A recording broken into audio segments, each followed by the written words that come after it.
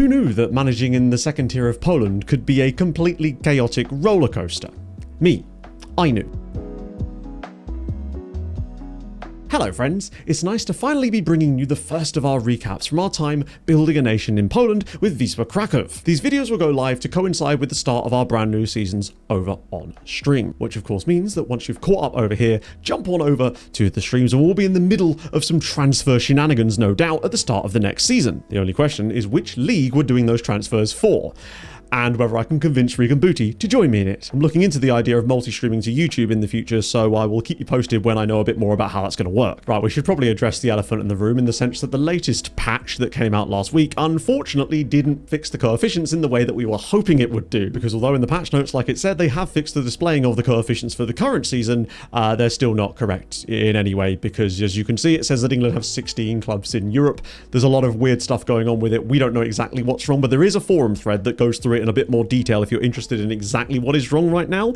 But just know that the things that were wrong before, those do seem to be fixed, but it's come with a load of new issues instead. And I said I'd keep you posted on these things, and I intend to keep doing so. I wish I had better news for you. Hopefully by the time we come around to next season's one, I'll have better news to report. Now, if it's still here in season 10, very different matter. But now all the bad news is out the way, let's get on to the good stuff and the reason we're actually here. Now, I explained more about the save concepts and stuff in the previous video, so do go watch that if you haven't already, as it will explain what building a nation actually is. Because today we're meeting the team and we are chronicling the entire first season of the save to get you right up to date. A word of note to the Polish viewers, it should come as no surprise that I am not a native Polish speaker.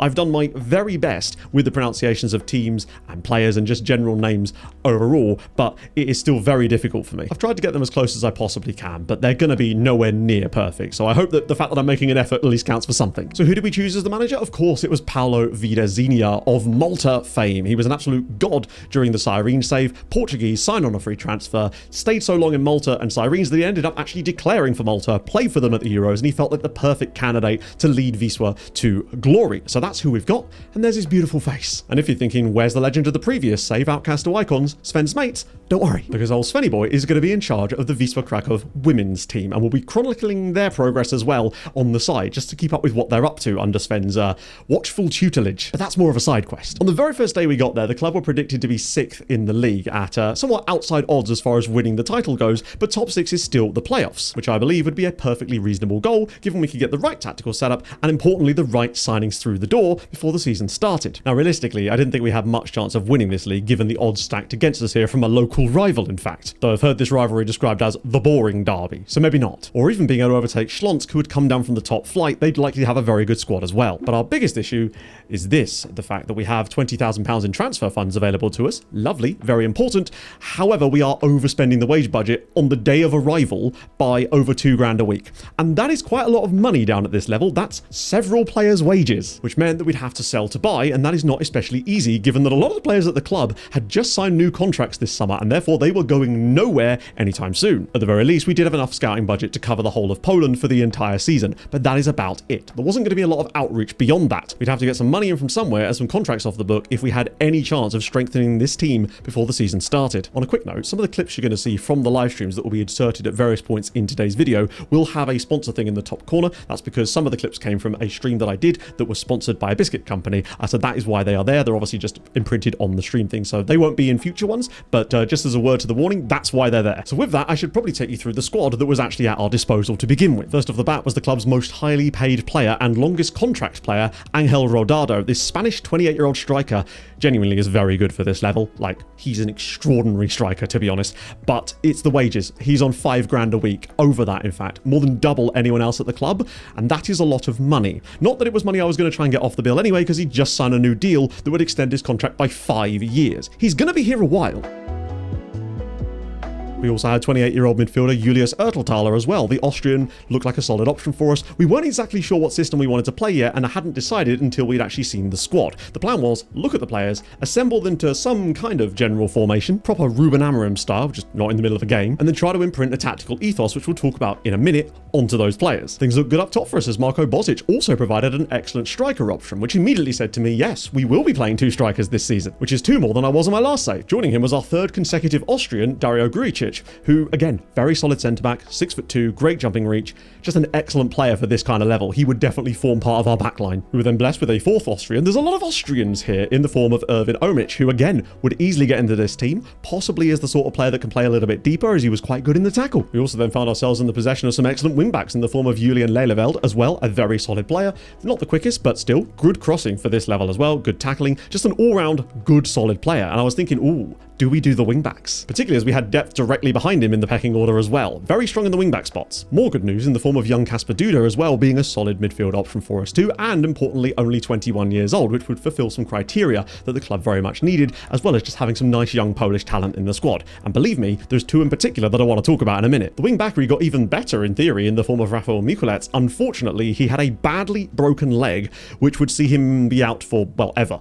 7 to 9 months. We weren't going to be playing him anytime soon, which means we needed depth there. At least we had some more decent centre-backs in the form of Igor Wazicki. Very, very solid again. I say solid a lot, but it's true. At this level, it's just what you need. He also had good passing for the level, and okay vision as well, which meant that the passing style I was starting to develop in my brain could actually come to fruition. Made even more likely when we saw Joseph Colley. The Swede was on £2,000 a week, but could definitely be another option in that defensive setup for us, particularly if we went with a back three. Central midfield options continued again in the form of Federico Duarte, another just great option to have, particularly as he could play as a number 10 as well. Notably, not a lot of wingers currently at the club, which was very much leading me to think towards a narrow system with some lovely overlapping wingbacks.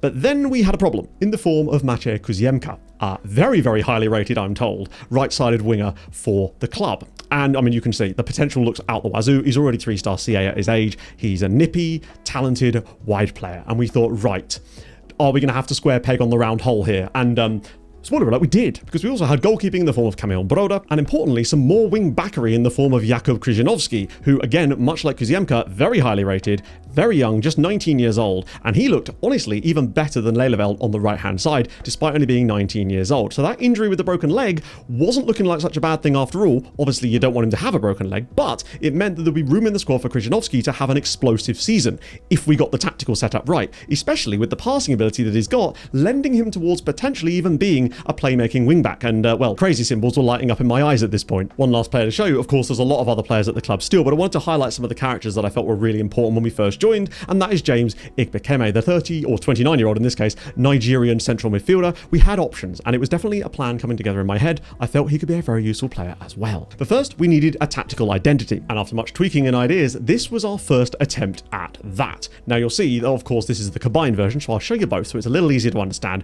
what we're trying to go for here, because we had a bit of versatility. Crucially, we had two very good strikers, so they both had to be in the team. We just couldn't figure out exactly what roles for them to play. We obviously had a wealth of players through the centre of the park too, so needed to slot them in nicely with Duarte, Igbekeme, and of course Duda, not to mention Erteltaler. The depth at wingback gave us ample opportunities to make sure that we got the best out of those guys as well, and with the idea of potentially moving one of our centre-backs into midfield in possession to get the most out of these in and out of possession styles of play, with everyone essentially shuffling back when we're out of possession to form a really tight block in the key areas. And we took a system like this into our very first game, and well, our first goal was not exactly what you'd expect, as we scored an own goal and had to rely on scraps from set pieces to actually get the win over the line in pre-season, at least against the team in our league, but wasn't exactly great for us. One thing it did do was keep a lot of the ball, just not creating too much, and giving up quite a lot of chances the other way. Instructions-wise, the idea was to play very short passing, high tempo, not a lot of dribbling, letting the ball do the work, and try to literally ticky-tack our way through every single team in the league, as you can kind of see with the creative freedom on more disciplined, the higher tempo, none of this time-wasting malarkey. We're counter-attacking in transitions as well, a lot of wide play to get that involved too. We wanted as little dribbling as possible, but lots and lots of patience, some low crosses to keep it on the ground and try to play some delicious football, keep a lot of the ball and grind teams down. Out of possession, it was a case of trying to win the ball back as fast as possible to retain possession even more. But a lot of this would soon change, as our initial plan had Krzyżanowski actually cutting inside as an advanced playmaking wingback, which of course meant that James Igbekeme would have to be moving out wide to kind of cover that ground too, and things were just starting to get a little bit in the way of each other, and it felt like it was a lot of possession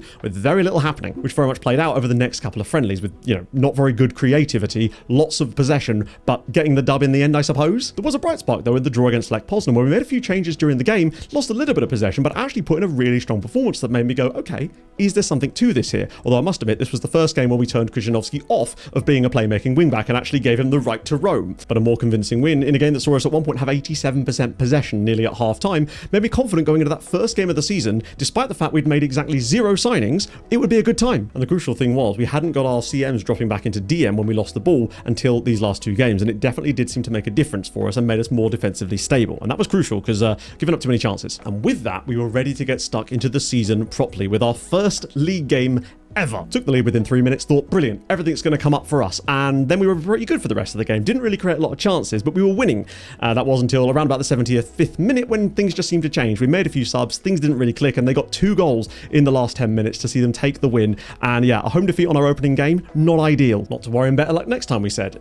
Until unfortunately that was just as bad as we lost to Stal Mielec. Really, really bad this one. Created about the same as the previous game, but gave up around about the same again. Perhaps unlucky to lose both of our opening games, but not ideal when you're one of the favourites for promotion, at least for the playoffs in this season. To go 2-0 or 0-2 to start the season, not what you want. So at this point we had to get some money together to bring somebody in. Crucially, we were able to ship off Bartosz Jarok, who was a third choice right back for us, to get him out, get his wages gone, which was useful, and a little bit of cash. I think it was like 60 grand. Apologies, it was 9 grand. But then there was also Mark Carbo, the sort of forgotten midfielder that was never really likely to feature. He was able to be shipped off as well, which got us a nice chunk of his wages back and 60 grand to add to the transfer kitty. It was probably only going to be enough to sign 2 players, but frankly 2 might be all we needed if they were actually going to impact us. And we immediately dumped that money into Nigerian left wing back Godfrey Stevan because, well, Krzyzanowski can't do it by himself. And he seemed to have some good attributes too. Really, really decent player. And for 2 grand a week, which is quite a lot, we still felt it was good value. And then things started to turn around a little bit in the sense that we got a 1-1 draw against the team who I'm pretty certain were predicted to come bottom. Rodado gave us the lead again, but games from 70 minutes onwards for us just seemed to be an absolute nightmare,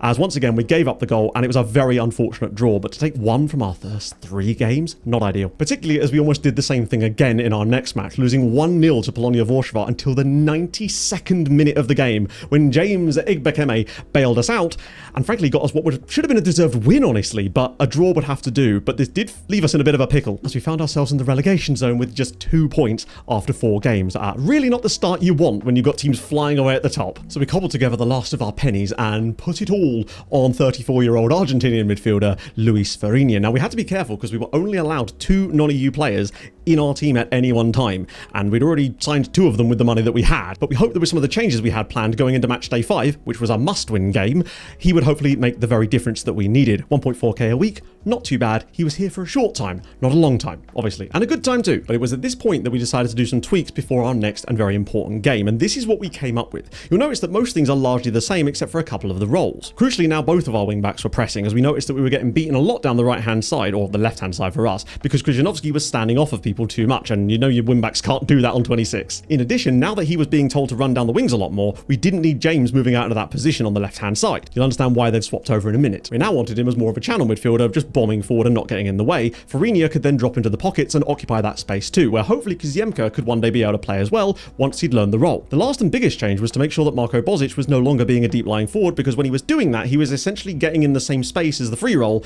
and not really stretching the back line. So we switched him straight over to being a channel forward, and it seemed to make quite an impact in the very first game that we tried it in. And we finally got that first win, away from home, with a clean sheet no less as well. 2 assists from Union Leleveld, goals for Bozic, and 1 of course from James, who was fast becoming one of my favourite players because he was just so damn clutch. But it was just nice to lift out of the relegation zone briefly and get a bit more cracking. But that moved us nicely into a very strong 1-1 draw at home against Śląsk Wrocław. Now, obviously, it's a draw in a game that perhaps we should have won, as they did score their only shot on target, but it was nice to see the progress against a good side, Rodado scoring again, and James getting the assist too. At least, well, I guess that was 4 unbeaten now, only 1 win. Our biggest issue seemed to be shooting from range constantly, and it was really starting to get on my nerves. And that frustration all boiled over in our very next game away at Ruk Chorzów. We fell behind early, but then Duda, at least to his credit, actually scored a long shot on this occasion, but he would not stop taking them. On the hour mark, fell back behind again, but Rodado and Duda combined to score us an equaliser at least. But after the game, we were convinced that Duda must have some sort of shooting from range trait, and that's why he kept doing it. No, he's not, well, not that I know of. He may well do, actually. 2 traits. Now then, I can't be the only one that's seeing that and going, are you sure about that? And that is where we came up with a genius idea, and it actually has worked so far. And it's the reasons why you'll now see that Duda and James have flipped over in our tactic in possession. And I know they're mismatched here, but we do change that, don't worry. Because what this meant was they'd always be on their wrong foot if they were cutting inside, so they would be less likely to take these wonderful strikes on because they'd be missing most of the time. And we did notice a genuine drop in the number of long shots they were taking because they were now being forced onto their wrong feet. And it meant that we maintained possession, created better chances, and in theory would make us better overall. So I guess try that if you're having trouble with people just shooting for no reason, even though you've done everything to stop them. Because then we finally broke through and got ourselves another win at home against a local rival, if you like. 2 goals in the second half, gave us the win, dominant performance again, 17 shots, looking much better. And then there was deadline day. We didn't go nuts, just took Enrique Ariol on loan from Legia from the top flight, give us a bit more depth, and he's young and Polish, which means he could slot in a little bit easier. And it's a similar story to provide a bit more depth in the form of Alex Niziowek on loan from Radomiak. Unfortunately, neither of these two really played all that much for us this season because we didn't get a lot of injuries to start with, and yeah, there was just no need for them. And while we were looking for some transfers, we did run into some rather interesting players in the recruitment focuses. Well, one for his name, but his name's Philip Pickle. He's fickle. Philip Pickle is fickle. And one because I was astonished at genuinely how good he was. No chance of signing him, but my god, is he going to be a killer player one day. And he in the 16-year... Wow, there actually is some. Holy, who the f*** is this? I'm sorry. Forgive me, if you will, for a moment, chat. Who the hell is Marek Siemieniec? 15th? Quite literally, how have they done that then? He's playing in the top flight. And don't worry, these recaps aren't going to be game by game like this the entire way through. It's just because we've got the first season, we're not in Europe, and I really want to focus on our story arc over the course of this first year, as we then rocked up and grabbed yet another victory, looking very stable at the back, giving Puszcza Niepołomice very few chances at all, because all of that had pulled us all the way up to 8th in the league, 13 points, and now just 2 points off the playoffs. Suddenly things were looking a lot better. We were now technically unbeaten in 7, and we're starting to get a few wins to our name, quite crucially. And the XG table had us being even further up and potentially should have even been challenging for the title at this point, which boded well, but for my money anyway, because this is when things really took a step up. Another 2-0 victory, dominant performance again, Krzyżanowski with a goal, Igbekeme with a goal, and an assist for Krzyżanowski in this game as well. The momentum was building, and the defense was astonishing. Had a bit of a weird wobble in the cup against Unia Skierniewice, because, well, a 2-1 victory against the lower tier side was a bit of a surprise, particularly as we had to come from behind, but we got through crucially, and then it was back to the league, where ironically, we then completely lost the ability to score for 2 games. Back-to-back 0-0 draws kind of did put the dampener on things a little bit, but at least we weren't conceding goals, because then when we did remember, it was straight back into gear. A 3-0 away victory at Stal Rzeszów. Absolutely brilliant result for us. Božić, Nikai, and an own goal just to really put the boot in there, and it was now 5 clean sheets on the bounce. Swiftly followed by another 3-0 victory, this time Božić, Omich on the score sheet as well. Goals from all over, wins from all over, and suddenly no goal conceded in 6 league games. Where has this come from? Now, albeit Górnik Łęczna, not one of the better sides in this league, but we still needed to get these results, and the important thing is we did. But despite all that, we were still only 7th in the league, and the league was bunching up like nobody's business. 24 points on the board, 2 points away from 2nd place Łódź, but also only 1 point ahead of 10th place. It was a crazy tight league that anybody could do anything. And despite our weird start, we then found ourselves with the best defensive record in the entire division. And who, you might ask, did we get in the next round of the Polish Cup? That's right. Legia Warszawa. I'm going to let the game speak for itself this time. In the snow, like 7-0 or something. Oh, James is through again. We lead. Little tweaks one after the other have built us something that's actually really good. Oh my goodness. Oh, that's a really annoying goal. 2nd time in 3 years? It's one of the reasons... What? Driving in between traffic. Farinia's through. Farinia's in and it's 2-2. Farinia. What a pass. Rodano, surely not. He's gone around the goalie. He's gone around the goalie. It's 3-3. Come on. Please no. I desperately want the win just because of how well we played. Right, they're coming through, and it's a big save, but it's not a big save, and it's 3-3. Golden chances and missed all of them. Oh my god, it's Kuziemka! Yes! Come on! If not, I can put them in the Discord, if you'd like them specifically for you. They are only available for... Oh no! Imagine the keeper's the one that wins it for us. Here we go, from the spot. So, whoa! I mean, hey... Far be it from me to tell you that you can't do teleportation, all right? What a result. Honestly, could have been more. We had so many chances at the start of that second half after we scored that goal. Ridiculousness, and so nearly taken away from us, but what a moment in the penalty shootout to knock out Legia.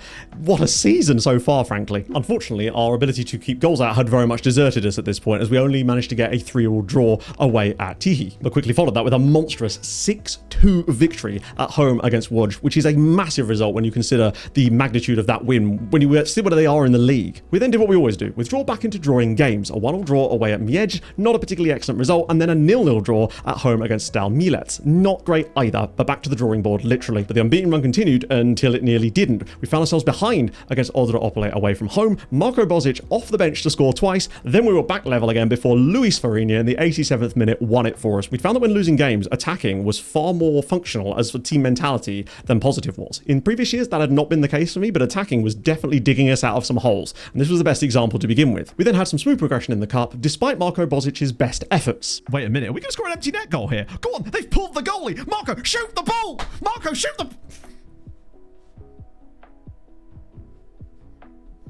That led us up nicely to the winter break, where we could take a rest, get some recharge, and maybe even make a couple of signings, because a few players were potentially leaving the club. We decided, due to his lack of game time, that Joseph Colley would be the perfect candidate to move on.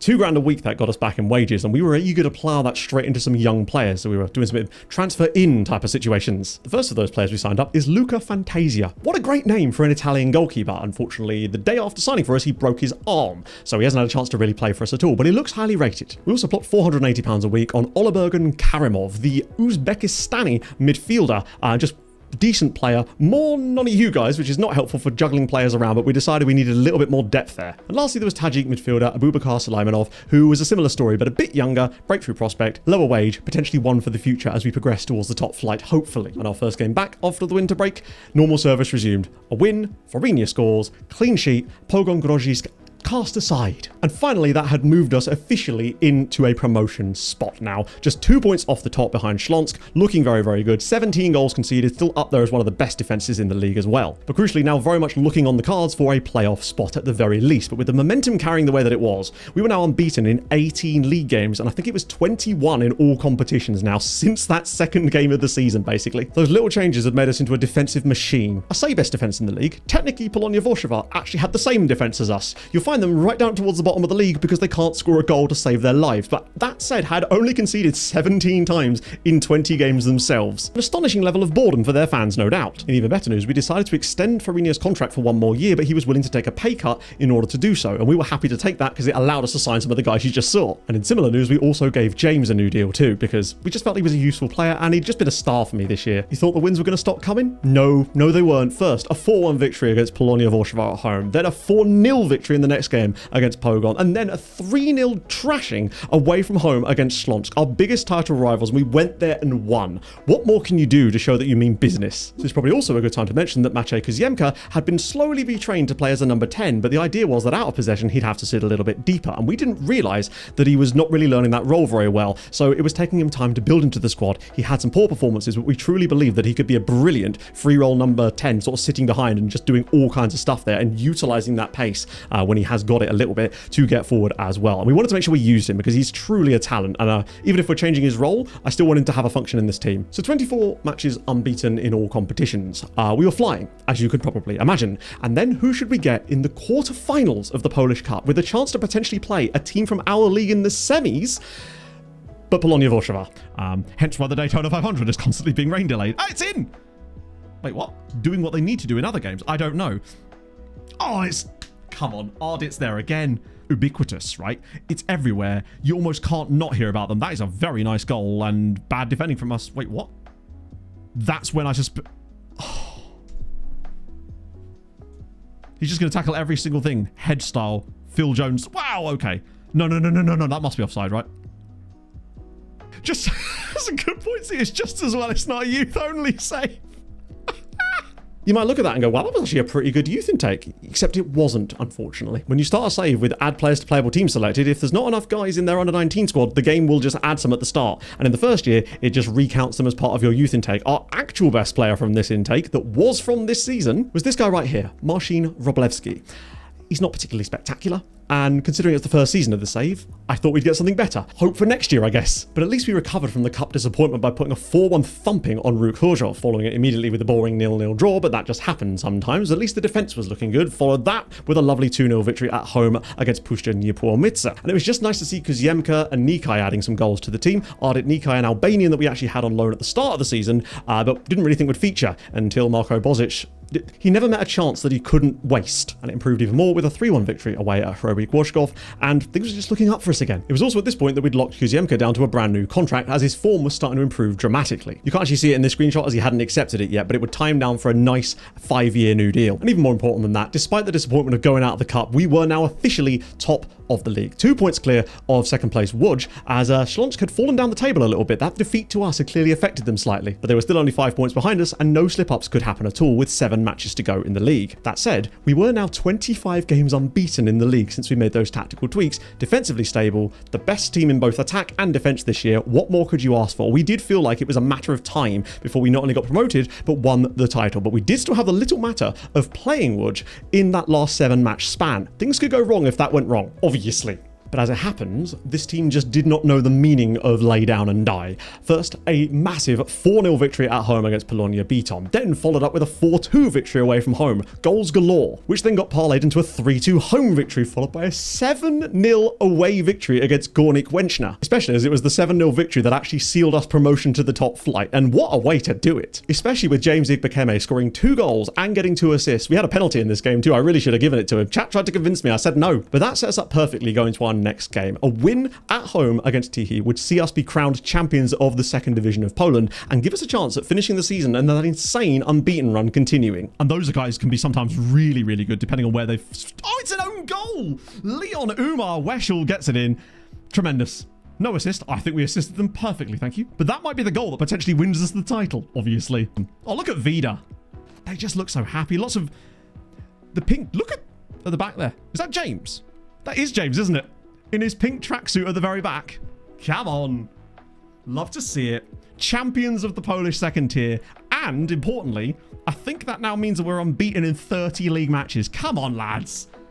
That looks really good, doesn't it? Yeah, it wasn't quite how we expected to win the title, but you know what? We'll take it at this point, especially as a result of getting promotion, we'd got our new budgets. And I'll tell you those in a minute, but the first thing we did was be a bit silly. We went out and signed Fernandinho. Yes, that Fernandinho. He's 41 years old, but he's got okay technicals. His mentals are goated. He can't really run to save his life, but that's okay. For 2.3k a week on a 2-year deal, we just figured, you know what? It's worth a bit of fun. We also tried to sign Hakim Ziyech. He wanted too much money. I'd be very curious to see how he does for us in the top flight next year. It was made all the more better by our first game after winning the title being away at the team that we'd beaten to the title. 3-0 up in 43 minutes. They'd given us a guard of honour before the game had even started. They did kind of wake up a bit in the second half, but it didn't matter as Ertel Tyler made it 4-3. Made it 4. They got one back, but it didn't matter in the end as we got another victory. I think that was like 8 or 9 wins in a row in the league at this point too. One final game. Could we at least go unbeaten from that first point? 3-1 victory against Miedź, Rodado, Lelefeld, and of course Rodado again. Now importantly, the 2 goals that he got in this game were the goals that sealed him the golden boot. He wouldn't have won it if it weren't for these 2 goals. There was a lot of goal scoring in this division. As the final table looked like this, in the end, at a canter, it's 10 points clear because people were just falling off left, right and centre. 28 goals conceded, 80 scored as we really did pick it up towards the end of the season. Let the defensive side slip a little bit there as well. But in the end, Łódź do come up in second spot. But, you know, Śląsk miss out, especially as the fact that they actually missed out massively because Rook, of all people, got into the playoffs by the skin of their teeth, despite having a worse goal difference, actually, I've just noticed, but managed to win the entire thing and will be in the top flight next year along with us and, of course, Łódź. And let there be no questions about our deserving this. We definitely overscored a little bit, but we created so many chances, defensively everything, looking great. That was until we asked the board what they thought of our season. Analyst report, end of season review. I mean, there can't be anything except happy, surely. 0 criticisms. A-? Unhappy that far too many goals have been conceded. What? So since this is building a nation, we also want to focus on the other Polish sides too. Now, of course, in the early stages, it doesn't matter, especially with the coefficients being broken, but I wanted to quickly tell you what they got up to. Jagiellonia sadly were knocked out in the Conference League qualifying round by AEK Larnakas, and as a result, did not even reach the group stage. Bad points for Poland. Unfortunately, it was a very similar story for Raków, who were also in that same qualifying round and were beaten on penalties by Sparta Prague to also plummet out. We're going to need better in recent seasons, lads. Forgive me the fact that I can't filter this stuff properly on here. There's no way for me to filter the fixtures, sadly. But Lech Poznan fared, I guess, a little bit better. They dropped, well, they got through one round of the Champions League, then eventually dropped down to the Europa League playoff round, lost that to Maccabi Tel Aviv, and therefore dropped into the Conference League themselves. And didn't exactly have the best time of it. 3-3 draw against Sparta Prague, but at least that's some kind of revenge. But then it didn't really go much better for them after that. They did finally get a win on the last day against Differdonj, but it wasn't enough. The real heroes, in fact, were Legia Warszawa. Got through their first round of qualifying for the Europa, got through another round of qualifying for the Europa, albeit on penalties, and then were dumped out by PAOK, but got through from the playoff round on penalties against Valor Skopje, struggling through. But after that, very different story. Actually came 19th in their group overall, which qualified them for the following round of the tournament. We'll go through fixtures in greater detail in future ones of these, but right now it's not so pertinent. What was though was them beating Sigma in the knockout playoff round, which is a very strong result. This then set up a tie against Rosenborg from Norway, and well, they absolutely clubbed them 7-3 on aggregate to reach the quarterfinals. But there they beat Fiorentina, and insanely scored 7 goals across 2 legs again, despite losing the second leg, and knocked Fiorentina out and got to the semi-finals, where they'd face off against the pretty dominant Shakhtar Donetsk. But their journey sadly came to an end at the semi-final stage with a win, of course. I think the game might have even been played in Poland, technically. I don't know, because I know that some of the Ukrainian sides were, maybe not be coded into the game, damn near close to getting to a Europa Conference League final in the first season. But it shows that they've got the quality to maybe do that at least. Not that it matters, as you can see, the coefficients are busted entirely. 2 points for the season for Poland for that. And apparently we had 9 teams in Europe. It's broken. In future, this better be fixed. But right now, it is just like not even worth looking at, which is why I wouldn't say to bother starting your saves just yet. Again, I'll let you know when you can start, but at least we know when they do fix it, it will be save game compatible, if nothing else. But Rome wasn't built in a day, and neither is Poland. As for the top flight itself, Kraków actually won the league and will qualify for the Champions League next year. Now, Poland does have 5 spots in next year's Champions League, which is pretty damn cool. Cracovia will join them in there. Jagiellonia will, of course, be in the Europa League. And then we've got Legia, who do at least get back into Europe after a weird season where they struggled a lot, but will be in the Conference League straight away. And then Motor Lublin. Really, really cool to see them in there as well. You might notice that Lech Poznan, yeah, they ballsed it up. Because of the head-to-head stuff in Poland, I'm guessing, they had a better goal difference, but they miss out on Europe entirely. And this is not ideal, but right now it doesn't matter too much, but you want to have some consistency of the teams in Europe, and we'll have to see how this settles down in a little while. Swinging back around to focus on Sven Smate's ladies team at Wisła, well, in the second tier, they have got promoted behind Legia, who only conceded 8 goals all season. They only just did it by a single point, though, in the end. Really good goal-scoring threat, just were never likely to challenge at the very top of this league, but they did manage to at least get promoted to the top flight. That will be a lot more difficult for them, especially because of this. How is Sven's ladies coming on? They've got 33 players in their squad now. Oh, good Christ.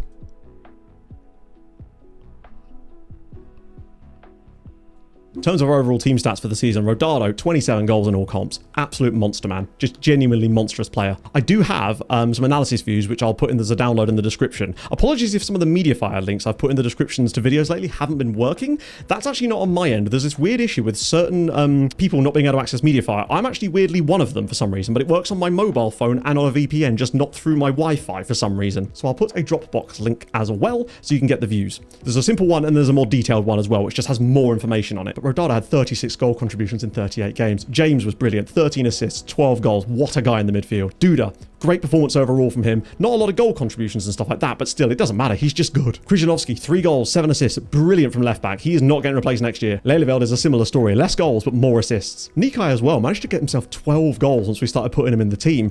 He'll probably return to his loan club, even though he's been a fun player to have, just because with the budget we've got, which I'll show you in a minute, we may not need him, I suppose. We may be able to afford someone even better. Fariña certainly served his purpose. Next year, he may phase out a little bit. 8 goals, though. 5 assists. And Koziemka, despite his low rating here due to those early games in that role, ended up with 7 goals and 8 assists towards the end of the season. I think he could be brilliant next year. Just an all-round great season from the lads. And to be fair, Krzyżanowski probably could have had even more assists. I think there's a year when he's going to explode. Our wingbacks have been amazing. To the loan farm, there's not really much to catch you up on yet. We've extended, I think, 2 of the loans, but this has not really been something we've looked at yet. We may start to look for it in this summer, though, with our budgets. And speaking of those budgets, financially, things aren't particularly great, but we do get a huge boon in TV revenue in Poland once we get to the top flight. So our budgets are actually going to be pretty damn sensible next year in terms of the background finance, especially when you consider that we've got a £2.1 million transfer budget and nearly £28,000 a week in wages available. And that's after we signed Fernandinho. Now, some of that will get eaten by some of the wage rise clauses our players have, which is not fantastic. Like Rodado's going to go up to like £7,000 a week next year, but what can you do? And we lost a little bit of that getting ourselves worldwide scouting, but that is what we're going to be doing over on stream, and it is going to be vibrant because we can get worldwide scouting. We're going to be transfer room inning the life out of it, natty cap scouting, maybe not Belgian amateurs just yet, but we want to build some players into this team. Now that the rules are different in the top flight to what they are here, we've got a bit more freedom with who we want to sign, and I still want to make sure we're bringing through some great Polish talent. Just need some better youth intakes to allow us to do that. Our aims for next season, I genuinely don't believe we'll have much trouble staying up, but I do think that it's not going to be as easy as it was this year, obviously. But nevertheless, I'm excited. I think there's a chance that we could end up being sort of 12th or 13th next year in no real relegation trouble, but we'll get absolutely clobbered a few times as well. Hey, you never know though. With the right players in the right places, this team could really kick off, especially if I can sign Regan Booty, so you know what to do. Join us over on stream right now. We're digging into the transfers and just having a bloody lovely time. If you've enjoyed this video, drop a like. I would appreciate that very, very much. Subscribe if you are new, and I'll see you guys at the end of the next season to give you an update on what the hell has been going on in the top flight of Poland. Hopefully with good news about coefficients too. Wouldn't that be great if the next video was just called, "They fixed the coefficients"? How great would that be? Pray for me. See you soon. Hold your gun. Capybara. Bye-bye.